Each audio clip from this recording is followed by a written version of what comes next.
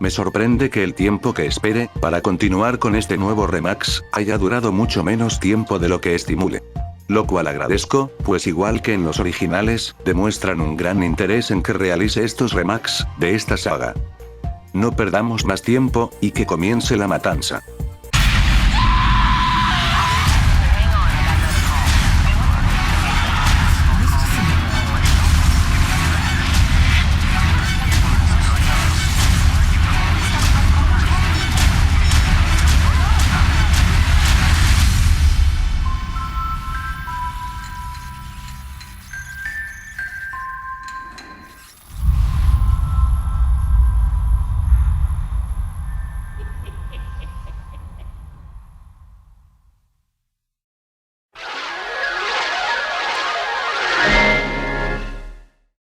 No me sorprendería si muchos de los que ven este top, no sepan de la existencia de la película de este puesto.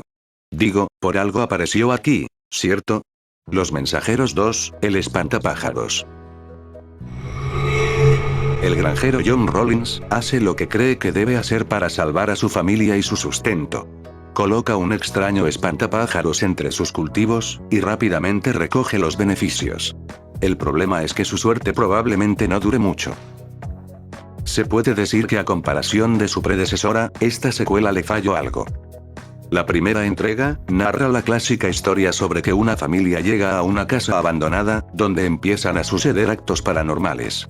Vale la pena echarle un vistazo, porque ejecuta bien lo que promete. La premisa de esta secuela inicia bien. Ofrece una introducción interesante, donde se pudo crear una trama llamativa. Un granjero encuentra un espantapájaros que utiliza para espantar a un grupo de cuervos, que ha consumido su cosecha de maíz. Al principio las cosas salen bien, porque los cuervos aparecen muertos. Hasta que en cierto punto de la historia, se descubre que este espantapájaros tiene un oscuro secreto. Cuando este elemento de la trama se manifiesta en pantalla, la historia se vuelve incoherente hasta el final, por un simple detalle. Resulta que todo lo que vimos en la primera película, se omite por completo en esta secuela. John había asesinado a su familia porque perdió la cabeza, y esta se manifiesta de forma fantasmal, y atormenta a los personajes en la casa abandonada. Aquí los fantasmas no aparecen, en cambio tenemos a un espantapájaros viviente, que mata a la mayoría de sus personajes. Es decir, que John pasa en segundo plano en esta historia, dando prioridad a un ente como el verdadero antagonista, ignorando lo que sucedió en la primera parte. Por lo que se considera un insulto para los amantes de la primera película. Las actuaciones son decentes a gran nivel. Los actores estructuran una personalidad llamativa la mayor parte de la película, y rara vez exageran en darle vida a sus personajes. Tampoco quiero decir que son excelentes actuaciones, porque sí se les pasa la mano de vez en cuando, aunque no es un problema potente. El espantapájaros deja varias cosas que desear, una vez que aparece en pantalla. Su aspecto no es tan llamativo a comparación como se ve en la publicidad de la película. Sus movimientos y comportamiento carecen de esfuerzo y creatividad, que literalmente en las escenas de larga duración donde sale, estás viendo a un títere moverse de una manera torpe. Las escenas de los asesinatos se ejecutan bien cuando están en pantalla. No tendríamos queja en este punto, si no fuera porque la calidad del maquillaje y la sangre falsa, son notorias por la calidad visual del formato de video. No digo que las muertes estén mal hechas, pero sí diría que te dejaran insatisfecho por un rato. El final es algo confuso. Ofrecen una especie de giro con el personaje de John, ya que él termina por matar al espantapájaros, salvando a su familia, y recibimos un final feliz. Pero al hacer comparativa de su predecesora, nos quedamos inconclusos al saber si John en realidad estaba loco para matar a su familia, y luego recapacitar para salvar a esta nueva familia, o que todo lo que hizo en la primera película, fue debido por los actos paranormales, que tomaron una forma física en esta secuela. Como se dijo hace rato, al ignorar todo lo que pasó en la primera película, los elementos presentados en esta secuela, quedan fuera de contexto en la historia. Algo que no debe suceder cuando se trata de una historia que debería continuar con la trama de un personaje ya existente. Se le perdonaría si fuera una precuela, un remake, o una historia independiente que quede fuera de toda conexión de la original, mediante una producción que ni siquiera lleve el título de la producción original. Desafortunadamente, los mensajeros 2 no cumplen con este elemento importante, y hacen que el hilo de la historia pierda toda raíz con su predecesora, que mostraba el origen del personaje que aparece en ambas entregas. Repitiendo, esta secuela termina por ser un insulto para la audiencia, que le agarró cariño a la primera parte. Por lo que, siendo costumbre, solo recomiendo darle prioridad a la primera entrega, y considerar esta secuela como una historia no canónica, que emerge mediante las alucinaciones de los escritores.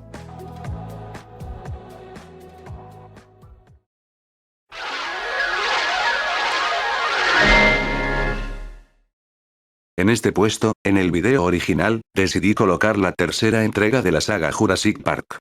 Soy consciente de que esta producción no abarca el tema del terror, y no debió aparecer en esta saga por ningún motivo. Hice una excepción en aquel entonces, pero no esta vez. Por lo tanto, la película será reemplazada por El monstruo del lago del cráter. Un meteorito que se estrelló en el lago cráter de Oregón, desenterró un huevo de dinosaurio. El calor del meteorito hizo que el huevo eclosionara, y el dinosaurio que emergió, comenzó a comerse a los habitantes del lugar. La premisa parecía ser algo interesante de ver, pero el que decidieran agregar un huevo de dinosaurio, dentro de un meteorito, cual si se tratase de un alien, la película no se puede tomar con seriedad. La historia que muestran aquí, no abarca mucho lo que el público esperaba ver en un principio, ya que en cierto punto de la película, aparecen subtramas nada interesantes que por lógica, uno puede notar que fueron agregadas, solo para alargar más la cinta.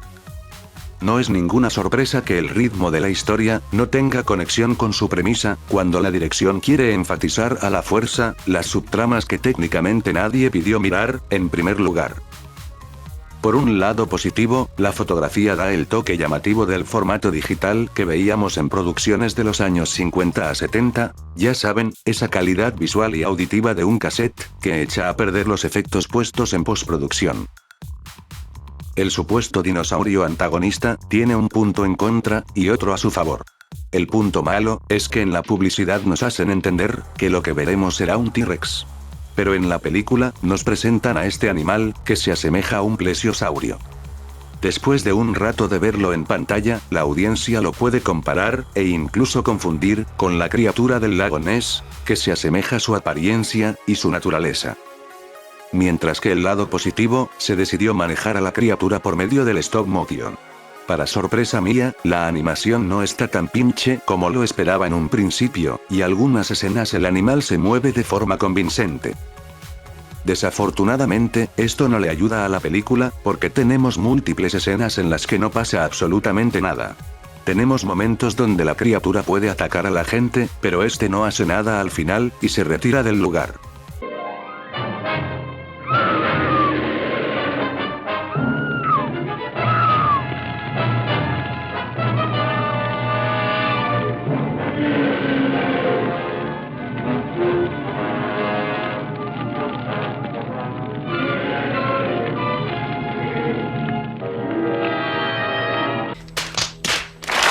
¿Qué se supone que estamos viendo en primer lugar? Ni siquiera puede declararse una producción de un documental, porque hasta en ello se muestra un poco de acción que le interese al público. Este punto abusa por completo durante el enfrentamiento final, donde uno de los personajes, decide atacar al animal usando una excavadora, mostrando uno de los enfrentamientos más penosos jamás creados en la historia, eliminando de forma rápida y aburrida al animal. Y no les miento, sentí lástima por el pobre, ya que técnicamente no hace nada en la película, y lo mataron injustamente. En fin, la película no puede declararse como una producción de terror, por el simple hecho, de no mostrar este género en pantalla. Pierde mucho tiempo en subtramas y personajes que carecen de todo interés al público, y termina siendo un video de muy larga duración sin mostrar un verdadero propósito. Me late que ni los que padecen de insomnio le darán una oportunidad a esto. Puedo garantizarlo.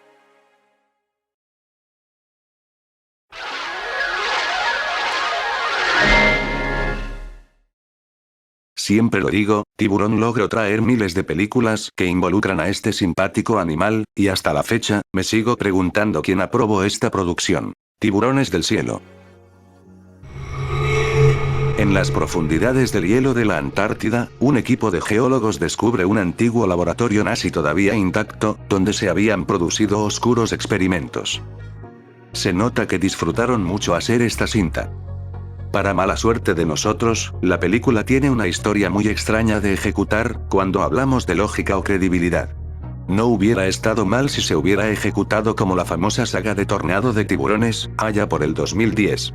Créanme, en aquel tiempo se les hubiera perdonado mucho.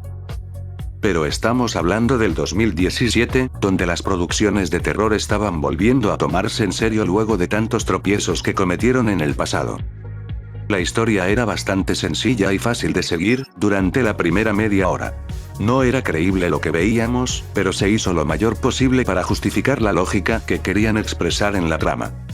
Después de ese tiempo, la trama se desvía a gran nivel, generando una producción más del montón, donde técnicamente solo les interesó ver destrucción y explosiones por todos lados. Obviamente no debo ser tan rudo con esta película, ya que también fue creada bajo el género de comedia, y es una subclase de la producción ya antes mencionada, donde intenta burlarse de sí misma. Pero, su comedia no es tan efectiva como aparenta ser, ya que tiene un humor poco atractivo incluso para los que adoran los chistes. Las actuaciones son las que uno espera en estas producciones. Exageran las interpretaciones de los personajes más de una vez, y no son disfrutables hasta cierto tiempo. Por el lado bueno, los fanáticos de los baños de sangre pueden quedar tranquilos y satisfechos, porque el gore que muestran es bastante decente. Pasamos por algo similar con el maquillaje que les dieron a los zombies. Normalmente esto no lo cumplen, pero en esta producción tienen una apariencia llamativa e interesante, que podrían hacer juego en otra producción donde se involucren a estos personajes. Eso sí, ni me pregunten por qué aparecen zombies nazis en la película, porque no te explican cómo se debe. Vamos por el mismo rumbo cuando es el clímax. La película intenta hacer la mayor tontería creíble para enfatizar un final cómico, pero la dirección no le ayuda en la mayor parte, ya que termina por darnos un final poco interesante y exprimido, de producciones que ya viste a principios del 2000.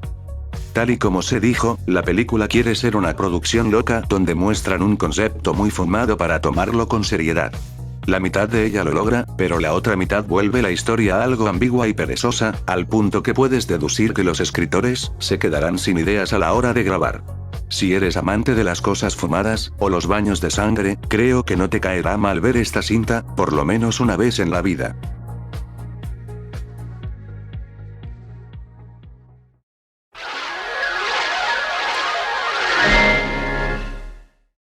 Entre más progresamos, más fumado es el siguiente puesto.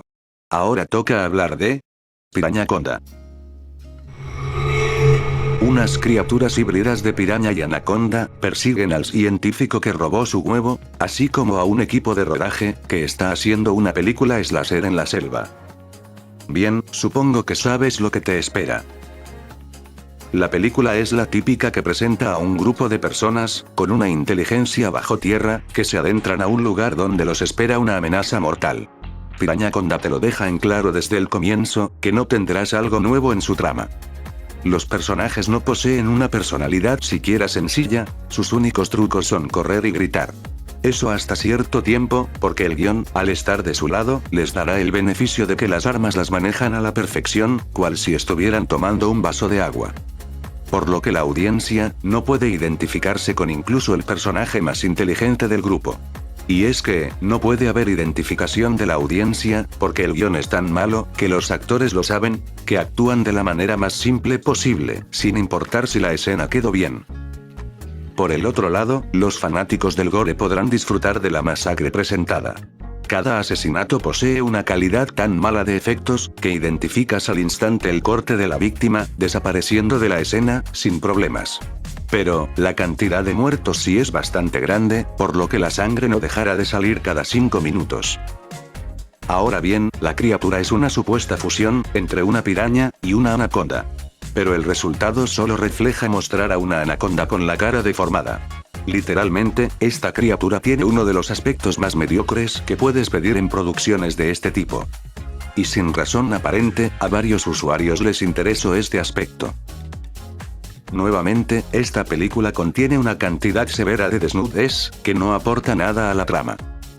Cualquiera que no conoce el Nopor, estará chorreando saliva cada vez que vea a una mujer en topless.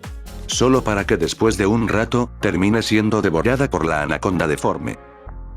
Para ser honesto, la película no hubiera sido apaleada tan duro, si mínimo mostrara unos efectos digitales decentes.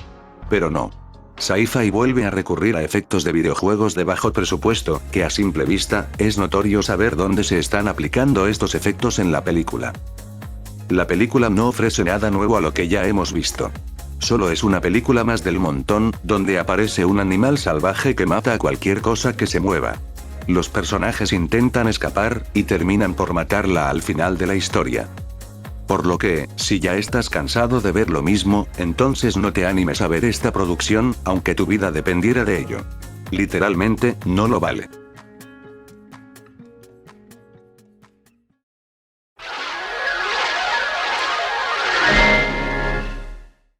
Descansemos un rato de los animales, pero sigamos con los conceptos fumados. Masacre de microondas. Harto de la mala cocina de su mujer, Donald la mata, y recurre al canibalismo para saciar su apetito. Recuerdo que cuando la vi por primera vez, y hablé de ella en el video original, me sentí un poco perturbado por el concepto. Ahora que la vuelvo a ver, neta que exagere en todo. La película se presenta como una producción de terror fuerte, pero que en realidad es una especie de episodio de un programa mediocre que solo le faltaron las risas enlatadas. El origen de que Donald se convierte en un asesino caníbal intenta ser un momento bien estructurado, ya que está cansado de los maltratos que recibe por parte de su esposa. Por desgracia, las actuaciones del elenco son miserables en el mejor de los casos. Deciden actuar de forma cómica todo el tiempo, principalmente en las escenas donde no deberían comportarse así. You moron, because I'll kill you first.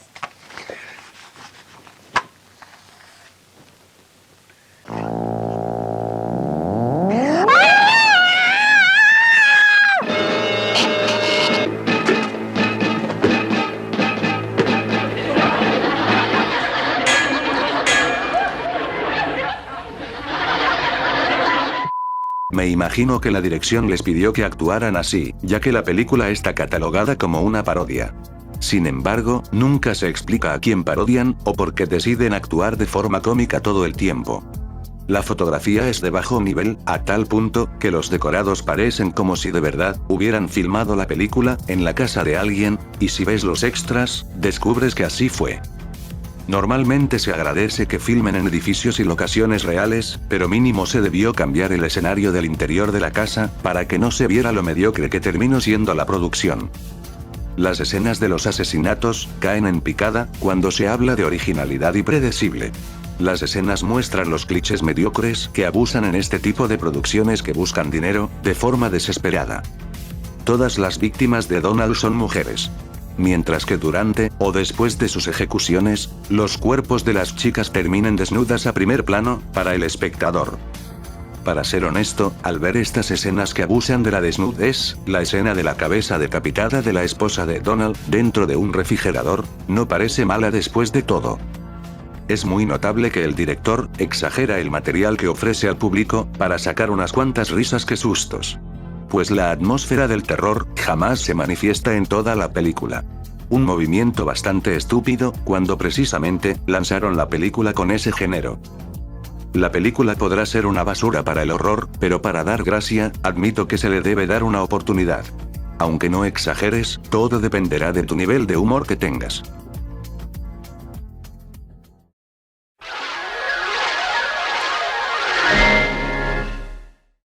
Increíble que tratándose de un tema delicado que fue tendencia mundial hace 4 años, alguien decidió exprimir un chiste a una cinta que tuvo un resultado mediocre. Corona Zombies.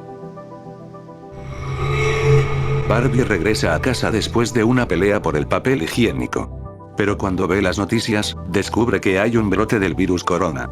Además, el virus parece convertir a las personas en zombies. Una isla y un club de striptease son atacados.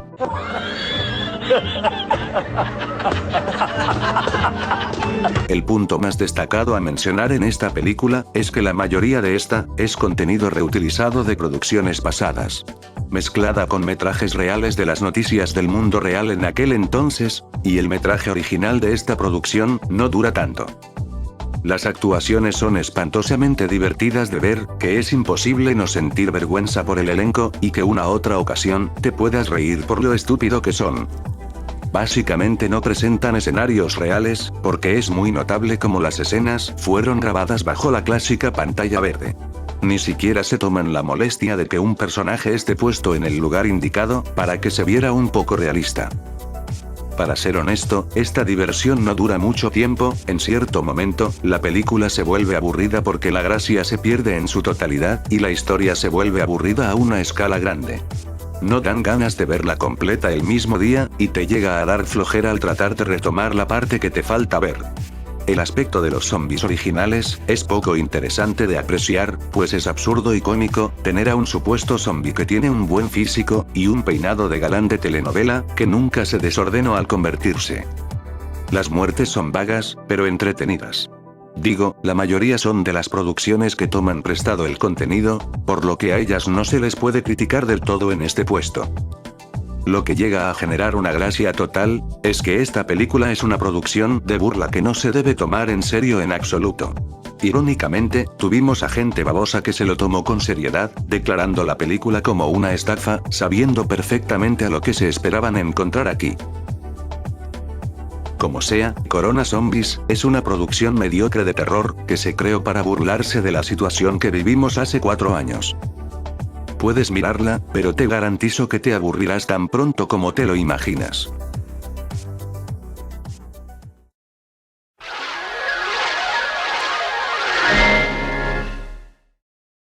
Por un momento se pensó que la peli de este puesto tenía algo que ver con una producción del 87, que lleva el mismo título.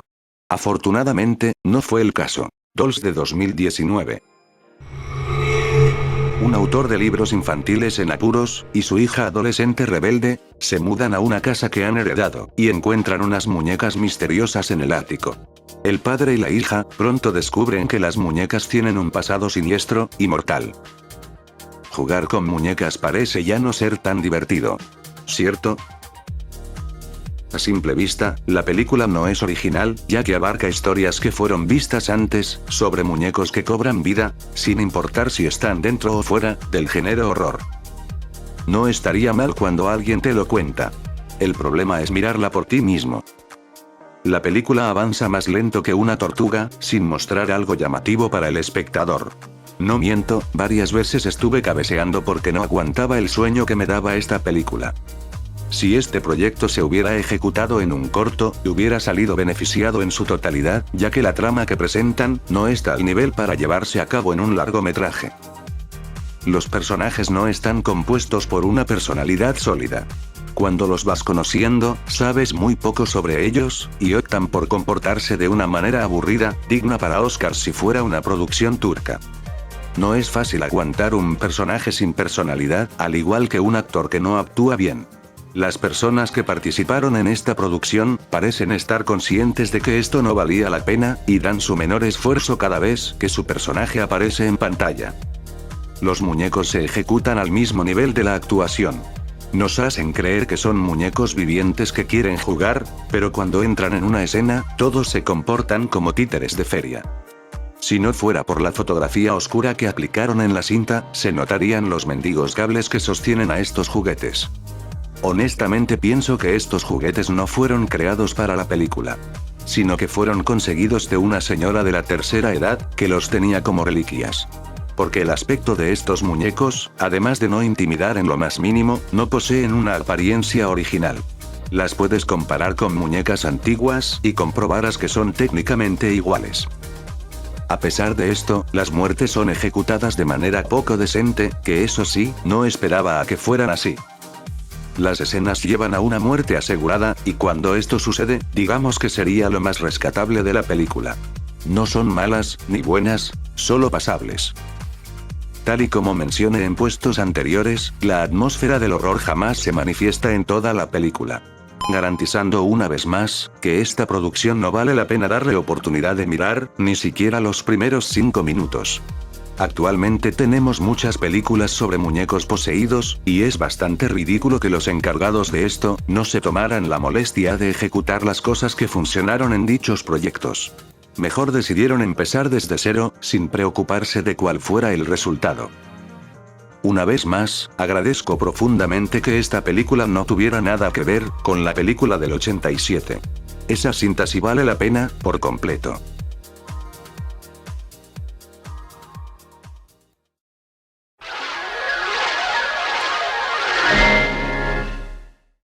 Se debe tener cuidado, cuando una película de terror quieren darle vida a un objeto inanimado. Ya he mostrado ejemplos de lo que pasa al no respetar esta simple regla, ¿cierto? Pues agárrate, volvieron a aplicarlo aquí, abusando por completo en lo patético. Con ustedes, Rubber, la llanta asesina. Un neumático homicida descubre su propio poder, y se dirige a una localidad en el desierto, obsesionado con una misteriosa mujer. Entiendo que la película es una parodia, y que no debe tomarse con seriedad, pero es imposible no sentir vergüenza a gran nivel. La trama de la película es bastante genérica en cuanto a originalidad. Es la misma de siempre, sobre un asesino que siembra el pánico en un lugar, y que siempre está detrás de una mujer que lo atrae, de forma enfermiza. No existirían quejas, pero sabiendo quién es el antagonista, te hace reventar la bilis. La película se toma sus licencias para expresar su humor desde sus personajes, hacia la audiencia.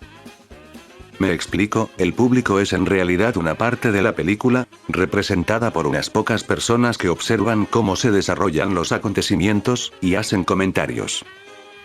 Este concepto no está mal, lo admito, pero la película no materializa a profundidad esta idea, y se desperdicia después de repetirlo por segunda vez.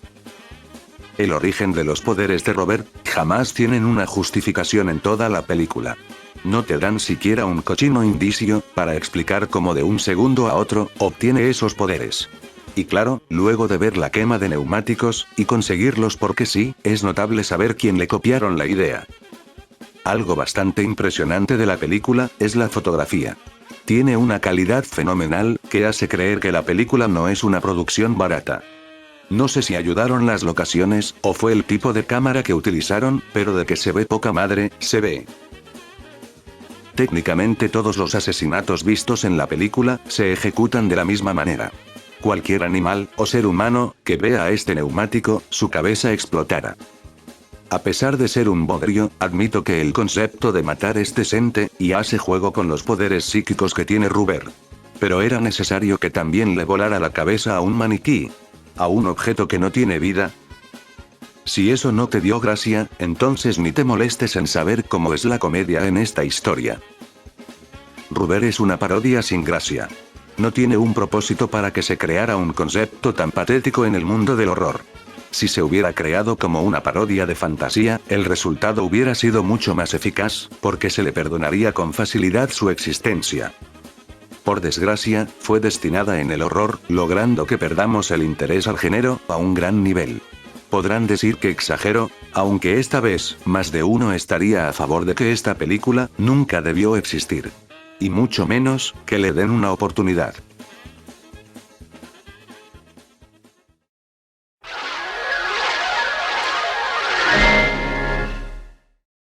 Hasta la fecha me sigo preguntando, ¿cómo es que la película de este puesto consiguió esta cantidad de premios? Animal entre nosotros. Hace 15 años, 2 adolescentes fueron asesinadas en el campamento Merrymaker. Se presentó una denuncia por ataque animal, el campamento fue clausurado, y nunca se encontró al asesino. Pero algo horrible todavía aguarda en esos bosques. Ni siquiera empezamos, y ya te contaron toda la película en esa sinopsis. La película inicia de manera prometedora, como si se tratase de una película de terror clásica, de los años 80. Forja una atmósfera inquietante de ocultar lo que se esconde en el bosque, por lo que la premisa estaba ejecutándose muy bien. Desafortunadamente, la primera hora se hace pesada, y la energía es casi inexistente. Lo cual es decepcionante, considerando que tuvo un comienzo muy interesante, prometiendo dar una narrativa clásica. Es poco común que a este nivel, los actores no interpretaran a sus personajes como se debe. Pero sorpresa, se nota el esfuerzo que utilizan para hacer creíbles a sus personajes la mayor parte del tiempo. Cuando esto deja de funcionar, es cuando la historia se desvía en cierto tiempo, luego las actuaciones y la trama van por un camino sin un destino objetivo. Un par de personajes parecen estancarse un poco, en su mayoría los estereotipos de ellos, hacen más por hacer una escena de un thriller sencillo, que por hacer avanzar la historia. Está claro que estos defectos, fueron incluidos como simple carnada para el asesino. Las muertes se manifiestan en pantalla, de manera rápida, sencilla, y poco creativa. La coordinación de la dirección con la historia no se ejecutan juntas, y hacen que las muertes dejen un sabor de boca agrio. Es decir, que no las disfruta el espectador como uno quiere. Aparte de eso, los elementos de terror ofrecen escenas atmosféricas del género de criaturas tradicional. Pero, hasta que llegas a la mitad de la película, aparece un giro sorpresa poco ambiguo que termina por confundir su propósito en la historia. Para que me entiendan, el giro rompe la continuidad de la historia, de la premisa que prometía tener potencial. Ya cuando llegamos al clímax y final de la película, la historia cambia por completo, con un final confuso, fuera del género establecido. Animal entre nosotros, promete una historia interesante sobre un posible monstruo que acecha en la oscuridad. Sin embargo, lo que muestra en pantalla, no es nada de lo prometido, dejando decepcionado al espectador, con un giro que literalmente cambia toda la perspectiva de la historia. Si la piensas ver, córtala cuando llegues a la mitad. Me lo agradecerás.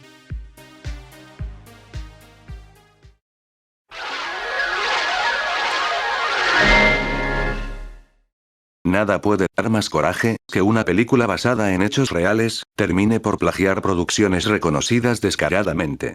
Este fue el caso de nuestro muñeco diabólico favorito. Siendo plagiado por Robert, el muñeco siniestro.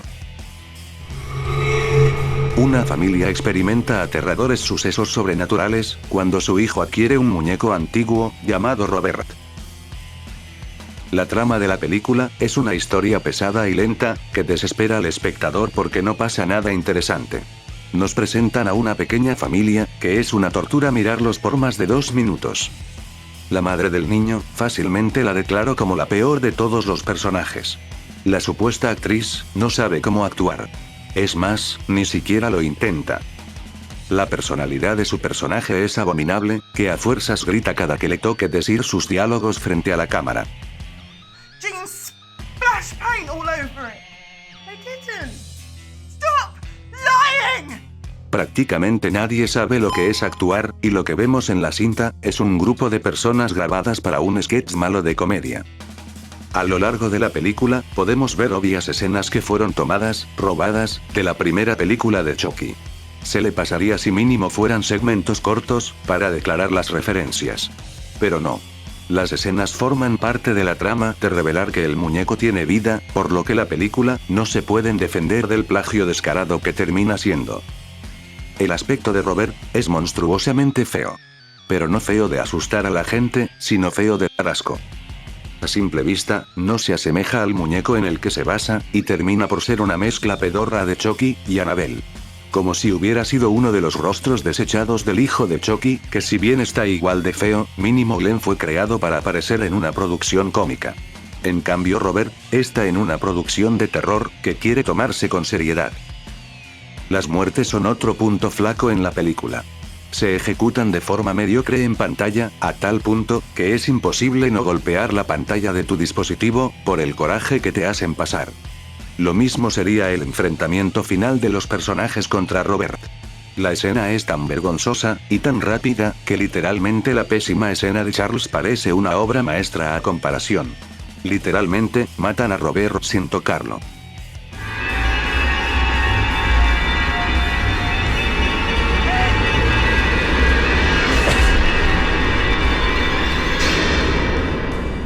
A pesar de que la película es un bodrio total, en su lugar de origen, Reino Unido, la película fue un éxito total, lo suficiente para que Robert tuviera su propia saga de películas, peores que esta primera parte. Nadie sabe cómo fue posible, pero sí es obvio que en el resto del mundo, terminara siendo un fracaso. Siempre lo digo, si no quieres quedarte ciego, mantente alejado de esta aberración, por el resto de tu vida. Antes de que te vayas, si te gusta esta saga de vídeos, y quieres más secuelas en el futuro, por favor apoya cada uno de ellos, tanto los originales, como los remasterizados y recreados. Ya sabes que para continuar esta saga, pido únicamente un requisito. En el capítulo más reciente, solicito la cantidad de 50 likes, para dar luz verde a una nueva secuela. Además, si conoces de una película que merece formar parte de esta saga, puedes mencionarla en los comentarios, y si llega a aparecer en una futura entrega, serás acreditado por tu contribución.